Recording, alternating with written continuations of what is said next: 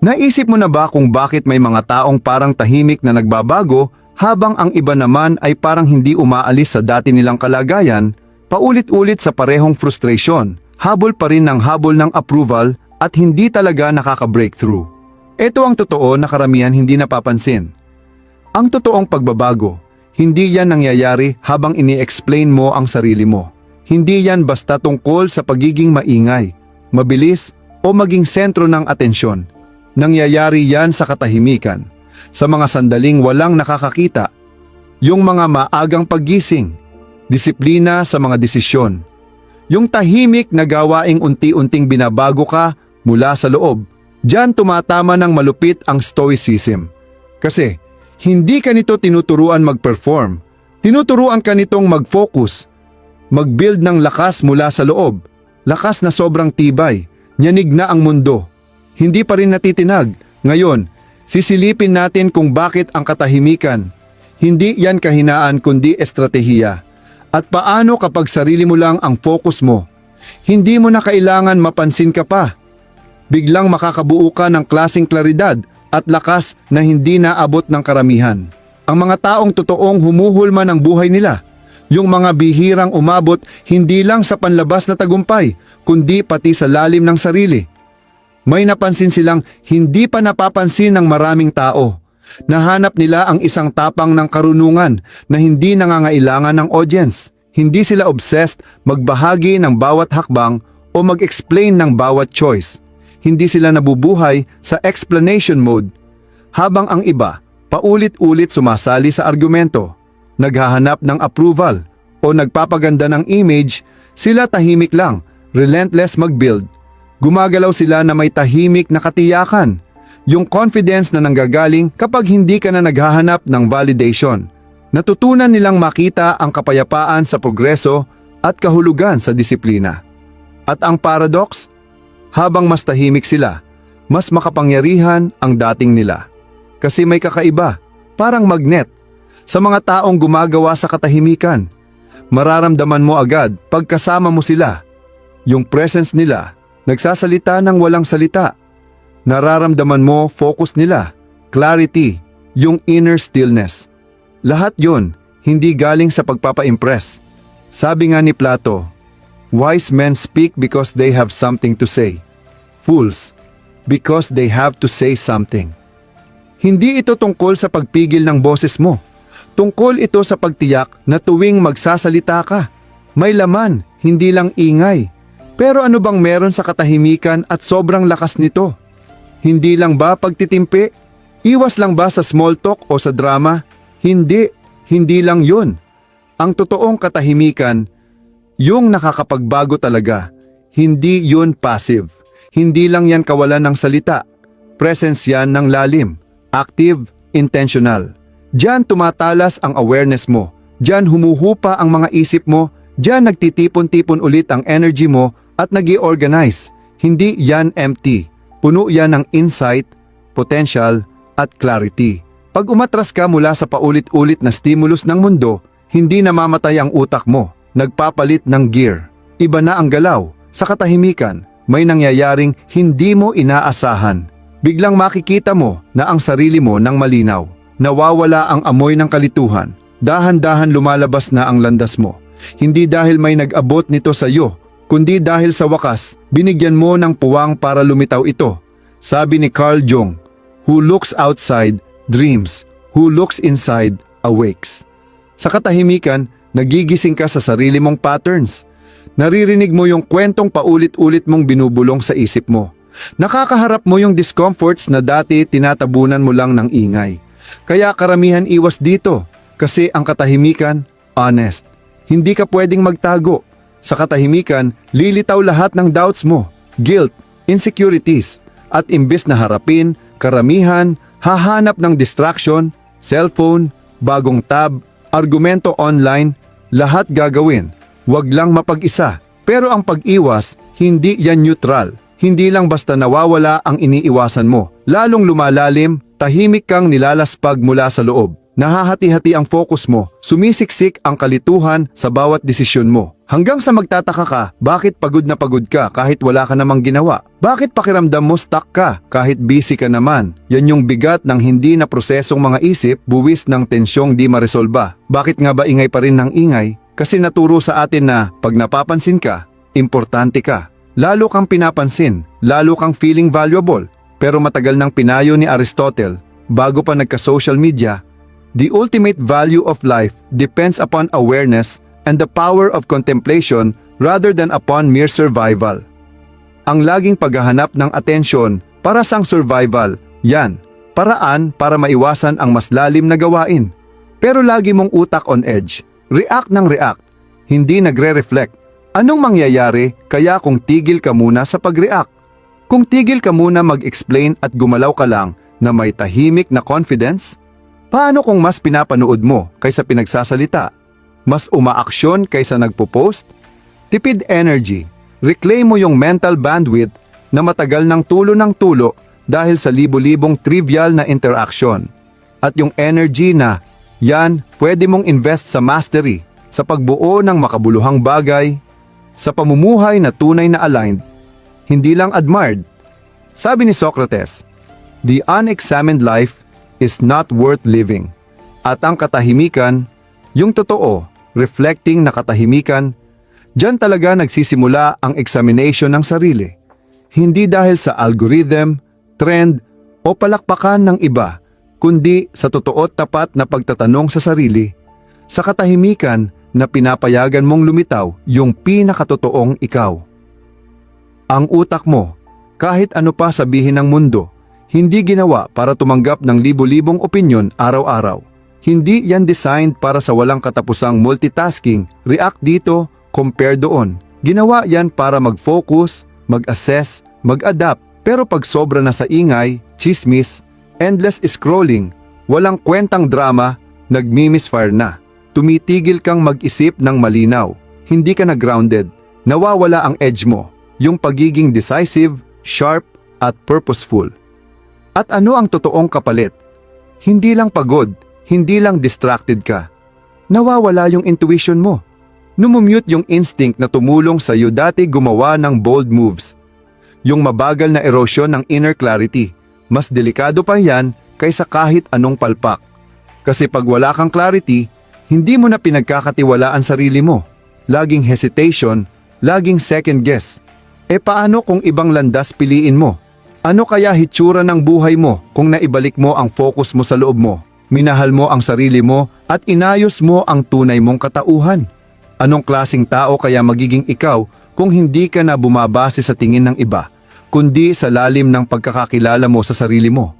Anong kaya mong marating kung hindi mo na kailangang ipagsigawan? Kung tahimik mo lang gagawin ang trabaho, mahinahon, at hahayaan mo na lang na resulta ang magsalita para sa iyo? Tanungin mo ang sarili mo, gaano kadalas kang nawawala ng sandali, oportunidad, o kahit buong araw kakariyak sa walang kwentang distractions. Hindi dahil malakas sila, kundi dahil madalas silang nandyan. Message dito, headline dyan, argumentong wala namang halaga na naiisip mo pa matagal. Bago mo pa napansin, ubos na ang araw mo, hindi naranasan, kundi nagkawatak-watak. Pakiramdam mo, drained ka, hindi dahil sa effort, kundi dahil sa fragmentation. Parang libo-libong maliliit na sugat na hindi biglang bumabaha ng dugo pero unti-unting inuutakan ang focus mo, drive mo, linaw mo. Gaano kadalas? Nakakaramdam ka ba ng pagod? Hindi dahil sa pisikal na pagod, kundi dahil hinila ang atensyon mo sa maraming direksyon. Hindi lang yan basta pakiramdam. Totoong nangyayari yan sa utak mo. Ang prefrontal cortex mo, yan ang bahagi ng utak na disenado para sa malalim na pag-isip, sa fokus, sa vision. Nag-flourish yan sa linaw, hindi sa kaguluhan. Kapag binigyan mo, yan ng katahimikan, nagre-reset, nagre-recalibrate, at nagsisimula ulit tumutok. At doon sa katahimikang yan, may lumalabas na bagay na madalas hindi naabot ng karaniwang tao, kontrol. Pero ano nga ba talaga ang kontrol? Hindi yan tungkol sa pang-isang tao o pagpigil ng emosyon ng sobra. Kontrol ay pagpapahusay sa sarili, yung ang ginagawa mo akma sa mga pinapahalagahan mo kahit walang nakakakita. Sabi ni Aristotle, kung ano ang nasa kapangyarihan natin gawin, nasa kapangyarihan rin nating hindi gawin.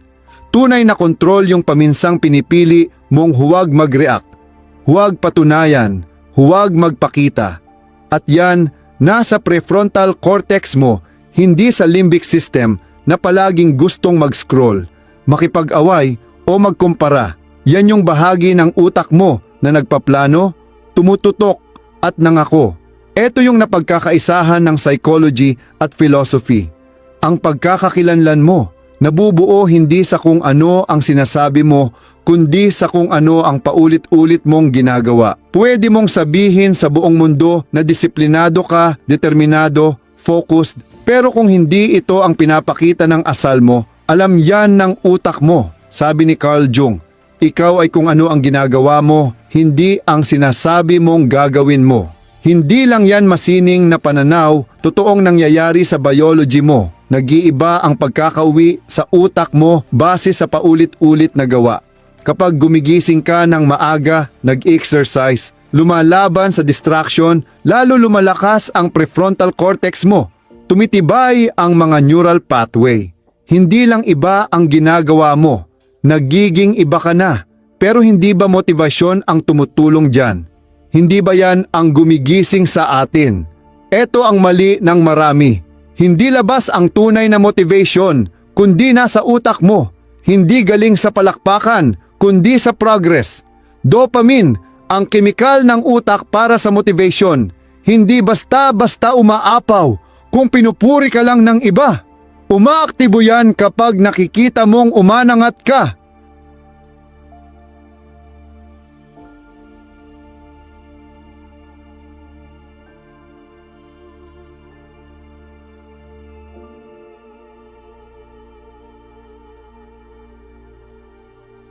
Nabasa mo na ang isang chapter pa, nakatapos ka ng 1 milya pa, natupad mo ang pangako mo sa sarili. At ang interesanteng bahagi, mas epektibo to kapag walang nakakakita, kapag tahimik, yung 6 na pagsisikap. Pagpili na kumain ng maayos, pagtrabaho kesa mag-scroll, doon ka ni-reward ng utak mo. Kaya bakit ba kailangan pa nating ipagyabang agad yung mga balak natin? Magpapapayat ako, susulat ako ng libro, may itatayo akong malaki. Ang sarap sabihin, parang may progress na. Pero iba ang sabi ng neuroscience. Kapag sinabi mo agad ang mga goals mo, naglalabas ang utak mo ng dopamine. Parang tapos mo na ang gawain. Nakuha mo na ang premyo, pero wala pang progress. Sabi ni Plato, ang simula ang pinakamahalagang bahagi ng anumang gawain. Kung ubos na energy mo sa pagsasabi pa lang, hindi ka na umaabot sa tunay na simula. Bakit ito importante? Kasi ang maagang selebrasyon, kalaban yan ng disiplin. Kung napaghalo mo ang pagkukuwento sa ginagawa, nililinlang mo ang sarili mong parabang nagtagumpay ka na. Nakakabuo ka ng pagkakakilanlan na base sa perception, hindi sa performance. At kapag nawala na ang palakpakan, wala ka ng sistema. Wala na ang discipline, wala ng momentum. Ano ang alternatibo? Kumunti ang sinasabi. Dagdagan ang gawa. Hayaang ang gawa ang magsalita. Hayaang ang katahimikan ang maghubog ng bago mong pagkatao. Hindi dahil ipinagsigawan mo ito, kundi dahil tahimik mo itong naabot. Hindi sa pagpo-post ng mga pangako o pangkuha ng claps nanggagaling ang tunay na pagbabago. Hindi yan nasa magagandang status o pagbahagi ng malalaking intensyon. Nag-umpisa yan sa sistema mo araw-araw sa maliliit na desisyong paulit-ulit mong ginagawa, lalo na kung walang nakakakita. Gigising ka sa parehong oras, papasok ka sa workout, hindi dahil may nagbabantay, kundi dahil pinangako mo sa sarili mo. Bubuksan mo ang libro, uupo ka sa project, lalaban ka sa pag-scroll. At sa ginagawa mo yan, paunti-unti mong nire-rewire ang utak mo, hindi lang sa symbolic na paraan, kundi tunayan. Nagkakaroon ka ng bagong wired ng disiplina, focus, at drive. At yung kinikilala ng mundo na pagbabago, Resulta lang yan ng consistency na hindi nila napansin. Bakit nga ba pinapansin lang ng tao ang transformation pagtapos na? Kasi karamihan sa paglago, taktika lang nangyayari. Sa maagaang umaga, gabi, sa pagdesisyong umahon ulit kahit kaya ka namang sumuko. Mahalaga ang resulta sa mundo, pero madalas bulag ito sa proseso. At dito nagiging mahirap, hindi lang paglayo sa lumang bisyo ang paglago. Paglayo din ito sa mga lumang bersyon ng sarili mo, sa mga taong kapit pa sa dati mong anyo. Paano kung nagbabago ka na, pero yung paligid mo hindi? Diyan nagsisimula ang friction. Yung mga malalapit sa'yo, pamilya, kaibigan, katrabaho, minsang nagtatanong, hindi palaging mali, kundi kasi naalinlangan sila. Nababago ng paglago mo ang komportableng tingin nila sa'yo. Sabi ni Carl Jung, ang pinakakakilakilabot na bagay ay ang tanggapin ang sarili ng buo. Kapag namumuhay ka ng bago, pinipilit mong paikutin ang paningin ng iba. At minsay yung sarili nila rin. Kaya mo ba yan? Kaya mo bang manahimik kahit nalilito, kinukwestiyon o pinagtatawanan ka? Kaya mo bang magpatuloy kahit walang palakpakan sa bawat hakbang? Kasi kung kaya mo, may nangyayaring bago at makapangyarihan. Hindi mo na kailangan ng permisyon. Hindi mo na kailangan na laging maintindihan. Dahil doon, nagiging matibay ka sa loob. Resilience na hindi reactive, kundi rooted. Hindi dahil hindi ka na nadududa, pero sanay ka ng gumalaw sa katahimikan kahit may duda. Ito yung pinupunto ng mga Stoic philosopher tungkol sa strength of character.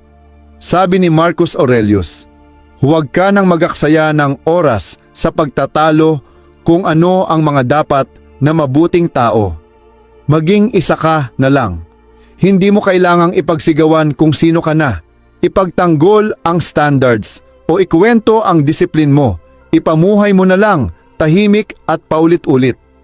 Balikan mo ang kasaysayan. Paulit-ulit na pattern. Ang mga taong maimpluwensya hindi nagaksaya ng energy sa pag-explain ng lahat ng galaw. Focus sila sa execution, sa pagiging isa, sa paghahatid ng resulta. Isipin mo, ang mga leon, hindi sumisigaw ng presensya sa gubat. Tahimik nilang tinitingnan ng mabuti, nakatutok, mapanganib, matiyaga. Ang mga surgeon, hindi sumisigaw sa operasyon. Kabisado ang bawat galaw, maingat, sinusuri bawat detalye. Ang katahimikan nila, presensya, kumpleto, focused, lubusan. Paano kung ang katahimikan mo, hindi pagkukulang, kundi signal? Hindi kawalan ng ekspresyon, pero pinakamataas na anyo ng disiplina. Yung hindi umaasa sa atensyon dahil kilala na nito ang sarili niyang halaga. Yung hindi humahabol sa palakpakan dahil ang tunay na gantimpala ay ang tahimik na momentum na nabubuo sa ilalim ng litaw. Yan ang klaseng katahimikan na nagbabago ng buhay. Yan yung katahimikang sa bandang huli, sobrang lakas ng ipinagsisigaw, walang kailangang sabihin. Tanong, handang-handa ka ba na maging ganong tao kahit walang pumalakpak? Ang atensyon, hindi lang focus. Enerhiya yan, tunay na biological energy. At tulad ng lahat ng enerhiya, naubos yan. Limitado lang ang meron ka kada araw. Utak mo, umaasa sa mga neurotransmitters gaya ng norepinephrine at acetylcholine. Yan ang nagpapagana sa focus mo, pagplano, at pagkilos na may layunin. Pero hindi yan walang hanggan. Kada tingin mo sa phone ng walang dahilan. Kada bukas mo ng 10 tabs pero walang pinipili, kada pakikipag-away. Para lang mapatunayan ang punto, gumagastos ka ng energy. Paisa-isa, nauubos yan. Ninanakaw ng distraction ang kalinawang pwedeng idala sa mga bagay na may tunay na ambag, yung talagang mahalaga. Ilang bising iniaalay natin ang pinakamagagandang oras sa mga bagay na hindi naman tayo pinapalago, pinapalakas o inaabante, parang automatic na. Pero paano kung piliin mo ang katahimikan? Kung sa panahon ng tukso, magpahinto ka, hindi para iwasan, kundi bilang akto ng lakas. Yan ang lahat. Kasi pag pinili mo ang katahimikan, pinipili mo ang linaw, binibigyan mo ng space ang utak mo, yung space na kailangan nito para mag-start ulit, magplano mula sa strategy, hindi stress. Binubuksan mo yung mas malalim na parte ng isip mo, ang mga parteng namamahala sa long-term thinking, creativity at pagbuo ng pagkakakilanlan. Kailangang pumasok at mamuno. At heto ang ironiya, ang katahimikan parang payapa sa labas pero sa loob, kabaliktaran talaga. Buhay na buhay, dynamic, parang labanan ng mga isipan at damdamin. Ang pag-upo sa katahimikan, hindi ito pasibo, isa itong aktong matapang. Bakit? Kasi ang katahimikan, pinipilit kang harapin ang mga bagay na karamihan sa atin. Buong buhay, iniiwasan. Ang sarili natin, mga pagdududa, mga hindi pa na prosesong sakit, ang mga kwentong paulit-ulit mo nang kinukwento sa sarili mo pero never mo naman sinuri. Si Carl Jung, malalim ang unawa sa ganito. Sinabi niya, hanggat di mo ginagawang mulat ang dimulat, ito ang magtutulak sa buhay mo at tatawagin mo itong tadhana. Sa katahimikan, umuusbong ang dimulat. Lahat ng mga inilibing mo sa ilalim ng distraksyon, umaangat sa ibabaw. Pag nangyari, yan, may choice ka. Babalik ka ba sa pagnunumb o sasagupain mo na sa pagharap doon? Diyan nagsisimula ang tunay na paglago. Diyan nahuhubog ang tibay ng damdamin. Paano mo tinuturing yang tibay na yan? Paano ka bubuo ng nerbiyos na sistemang hindi natataranta sa hirap pero sumasagot ng swak? Sa pagtatagal sa katahimikan ng mas mahaba kada beses, kahit di na komportable, sa bawat pigil mo sa sarili na sumagot, agaw atensyon, depensahan ang ego o agad humanap ng approval, binabago mo mga wiring sa utak mo. Tinuturuan mo ang utak mo na pumili ng layunin kesa sa pagpapapansin. Sabi ni Socrates, ang pinakamahusay na paraan para mabuhay ng marangal ay maging ikaw ang pinapangarap mong maging. Sa tuwing pipiliin mo ang katahimikan kesa sa agarang reaksyon, isang hakbang yan palapit doon.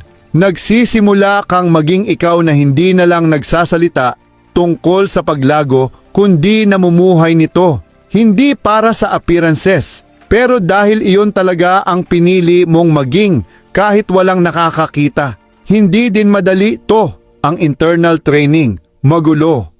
Minsay feels like nasa tamang landas ka na. Minsay parang walang usad. Pero sa tagal, nagbabago ang arkitektura ng utak mo. Humahaba ang space sa gitna ng stimulus at response. Lumilipas ang crave sa recognition. Ang kapalit, mapayapang kumpiyansang hindi kailangang iwagayway. Malalim na alam, hindi kailangang i-announce. Ugat nito, hindi validation, kundi respeto sa sarili. Isipin mo ang paggising na alam mo, totoo mong alam, kung ano ang tinatayo mo, sino ang nagiging ikaw, at bakit mo ito ginagawa. Walang ingay sa isip na humihila sa iyo para ikumpara sarili. Walang pagkalulong sa pagkaintindi. Malinaw lang isang malalim at matatag na direksyon na di umaasa kung may makapansin o mag-approve. Ang klaridad na ganyan di nakukuha sa palakpakan. Binubuo yan sa katahimikan, pabagal, paulit-ulit at karaniwang mag-isa. Nagsisimula kang mabuhay, hindi para sa validation, kundi para sa alignment. Pag ang pagkakakilanlan mo, tugma sa mga gawa mo araw-araw, may nangyayaring malakas. Hindi mo na kailangan sabihin sa'yo na magaling ka. Alam mo na, bakit ang hirap noon maabot para sa marami? Kasi tinuruan tayong habulin ang kita ng lahat kesa mastery ng isa. Mas gusto natin i-broadcast ang effort kesa isabuhay ito. Pero ayon sa neuroscience at filosofiya, hindi mula sa mga deklarasyon natin nabubuo ang pagkakakilanlan, mula ito sa mga pinaggagawa natin. Ang prefrontal cortex na siyang pusod ng logic, plano at disiplina. Walang paki sa mga sinasabi mong moto. Sabi mo focused ka pero kung magulo buhay mo, ramdam ng utak ang kontradiksyon. Yung gap na yon, nagdadala ng internal conflict, cognitive dissonance na palaos ang motibasyon sa tagal.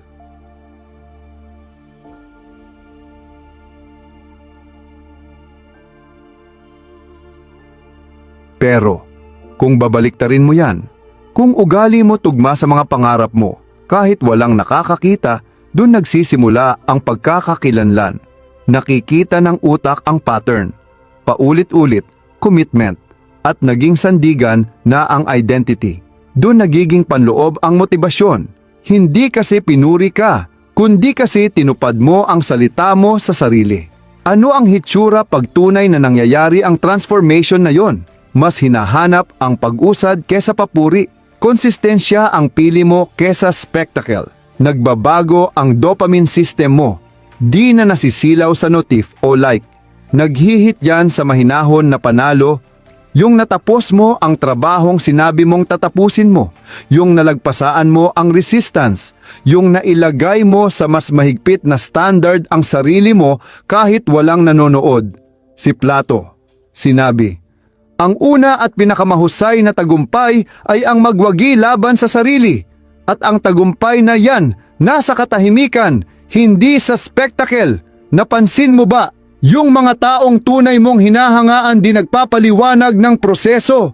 Hindi nasasayang enerhiya sa pagdepensa o pag-explain ng plano. Hinahayaan nilang magsalita ang gawa nila. Laser ang focus, ang disiplina. Hindi ipinagsisigawan pero kitang-kita sa resulta. Hindi lang to kumpiyansa, ito ay klaridad. At ang klaridad sa totoo lang, isa sa pinakamakapangyarihang psychological tool na meron tayo. Bakit sila pipili ng katahimikan? Kasi mas mahalaga pa sa opinyon ng iba ang pinapreserba nito. Pinapreserba ang bandwidth.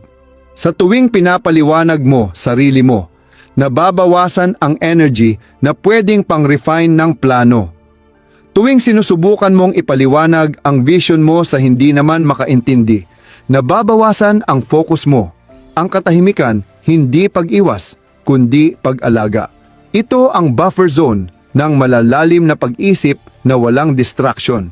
Si Aristotle naniniwala na ang kahusayan ay hindi isang aksyon, kundi isang hobby. At ang mga hobby, nabubuo sa katahimikan, sa gitna ng ingay. Nabubuo sa mga desisyong walang may alam. Sa disiplina na di nababalita. Sa mga oras ng paulit-ulit na walang agad na reward.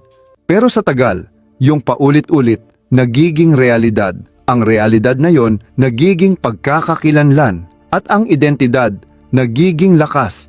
Yung lakas na di pwede agawin ng iba kasi di naman ito ginawa para sa kanila. Ang transformation kaya, di yan yung scene sa movie na biglang lahat nagbabago. Di siya isang breakthrough. Di yan yung belated hype o yung araw na naayos mo lahat. Di yan sa mga goals na pinost mo o promises mo sa iba. Ang tunay na transformation, isang sistema, araw-araw, paulit-ulit. Madalas nakakabato kung iisipin. Pero dyan sa repetition na yan, dyan nahuhubog ang lakas. Di ka umuangat dahil sa goals mo, umuurong ka sa sistema mo. At ganito ang mga layunin, emotional yan, na-inspiran ka, kaya naglagay ka ng isusulat, nag-excite ka, kaya kumilos ka agad. Pero ang pakiramdam, lumilipas. Nagbabago ang layunin, ang buhay nakikialam, ang struktura, hindi yan agad nawala. Ang sistema nakasandal sa gawa, hindi sa mood. Pag nilagyan mo na ng balangkas ang buhay mo, pagsabay ka gumigising, laging gumagalaw ang katawan, kumakain ng may saysay, nililinis ang kalat, di ka na umaasa sa motibasyon, umaasa ka na sa ritmo. At ang ritmo, mas maasahan sa inspirasyon. Bakit ang importante nito? Kasi kung walang struktura, nagpapalipas-lipas isip mo, emosyon ang namamayani. At ang kalalabasan, inconsistency, kalaban ng pagkakakilanlan. Sabi ni Aristotle, kung ano tayo, iyan yung paulit-ulit nating ginagawa. Kaya ang kahusayan, hindi isang aksyon, kundi isang hobby. Pero isang gawi ito, hindi ka nagiging magaling. Dahil lang maganda ang mga iniisip mo, nagiging magaling ka. Dahil sa pagbuo ng mga gawi na sumusuporta sa uri ng tao na gusto mong maging isa-isang kilos lang yan at nagsisimula ito sa katawan, may dahilan kung bakit sinanay ng mga Stoiko ang sarili nila.